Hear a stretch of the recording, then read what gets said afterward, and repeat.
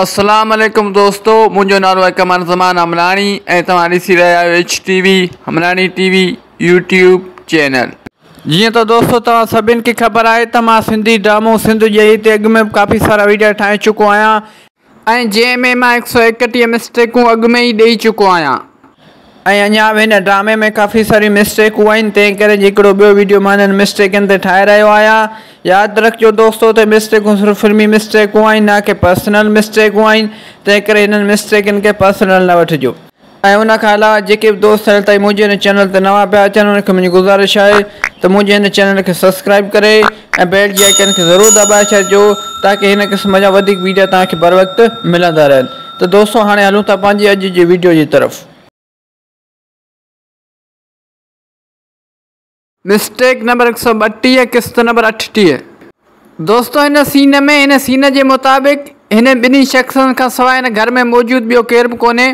पर दोस्तों हीउ ॾिसो, हिते हिन ड्रामा मेकिंग जी टीम मां कंहिं शख़्स जो हथु चुरपुर कंदे नज़र अचे थो ऐं उन खां अलावा दोस्तों हिते ॾिसो तव्हां उन शख़्स जो पाछो बि चुरपुर कंदे नज़र अची रहियो आहे। दोस्तों हिन ड्रामा मेकिंग जी टीम मां कंहिंजो हथु ई नज़र अची रहियो आहे। उन खां अलावा दोस्तों हिते ही पाछो भी चुरपुर कंदे नज़र अची रहियो आहे। दोस्तों हीअ बि वॾी मिस्टेक आहे हिन ड्रामे में। उमेद थो कयां त हीअ मिस्टेक तव्हांखे सम्झ में अची वई हूंदी। मिस्टेक नंबर 133 किस्त नंबर 38।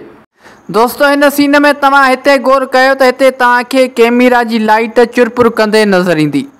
हीअ ॾिसो दोस्तों, हिते कैमरा जी लाइट चुरपुर कंदे नज़र अची रही आहे।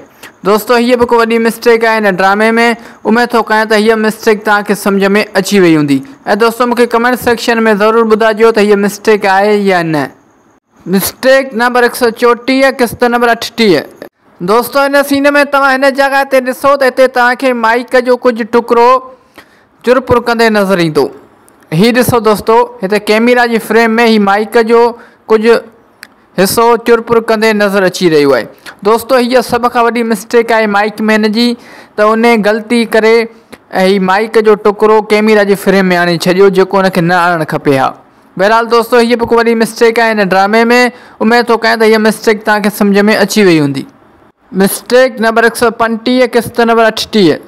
दोस्तों हिन सीन में तव्हां हिन जॻह ते ॾिसो त हिते तव्हांखे माइक जो कुझु हिसो चुरपुर कंदे नज़र ईंदो। हीअ ॾिसो दोस्तों, हिते बि माइक जो कुझु टुकड़ो चुरपुर कंदे नज़र अची रहियो आहे। दोस्तों इहा बि हिकु माइक मैन जी सभ खां वॾी मिस्टेक आहे त माइक मैन हीअ माइक कैमरा जी फ्रेम में आणे छॾी। दोस्तों हीअ मिस्टेक एडिटर बि कान ॾिठी। बहरहाल दोस्तों हीअ बि वॾी मिस्टेक आहे हिन ड्रामे में। उमेद थो कयां त हीअ मिस्टेक तव्हांखे सम्झ में अची वई हूंदी। मिस्टेक नंबर 136 किस्त नंबर 38। दोस्तों हिन सीन में तव्हां हिन जॻह ते ॾिसो त हिते हिन वक़्तु हीअ अख़बार रखियलु आहे, यानी न्यूज़ पेपर हिते हिन वक़्तु रखियलु आहे। दोस्तों हिकु दफ़ो तव्हां ॿीं ॾिसो त हिन सीन में हिते हीअ अख़बार हिन वक़्तु रखियलु आहे। ऐं दोस्तों सिर्फ़ु ऐं सिर्फ़ु 20 सेकंडनि खां पोइ जॾहिं हीअ सीन थो अचे त तव्हां ॾिसो हाणे उन जॻह ते उहा अख़बार ग़ाइबु थी वई आहे। दोस्तों तक़रीबन 20 सेकंड पहिरियां जिते अख़बार रखियलु हुई ऐं वरी 20 सेकंडनि खां पोइ उहा अख़बार उन जॻह तां काॾे ग़ाइबु थी वई। दोस्तों हीअ बि वॾी मिस्टेक आहे हिन ड्रामे में। उमेद थो कयां त हीअ मिस्टेक तव्हांखे सम्झ में अची वई हूंदी। ऐं दोस्तों मूंखे कमेंट सेक्शन में ज़रूरु ॿुधाइजो त हीअ मिस्टेक आहे या न। दोस्तों अॼु जे लाइ हिन वीडियो में बसि एतिरो। उमेद थो कयां त हीअ वीडियो तव्हांखे पसंदि आयो हूंदो।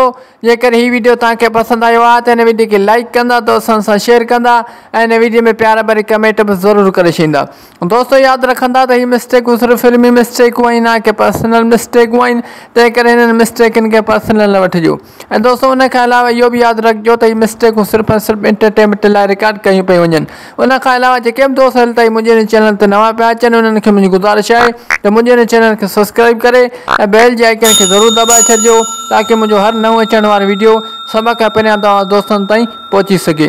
दोस्तों हाणे मिलूं था नेक्स्ट वीडियो में। तेसिताईं मूंखे ॾींदा इजाज़त। अल्लाह हाफ़िज़।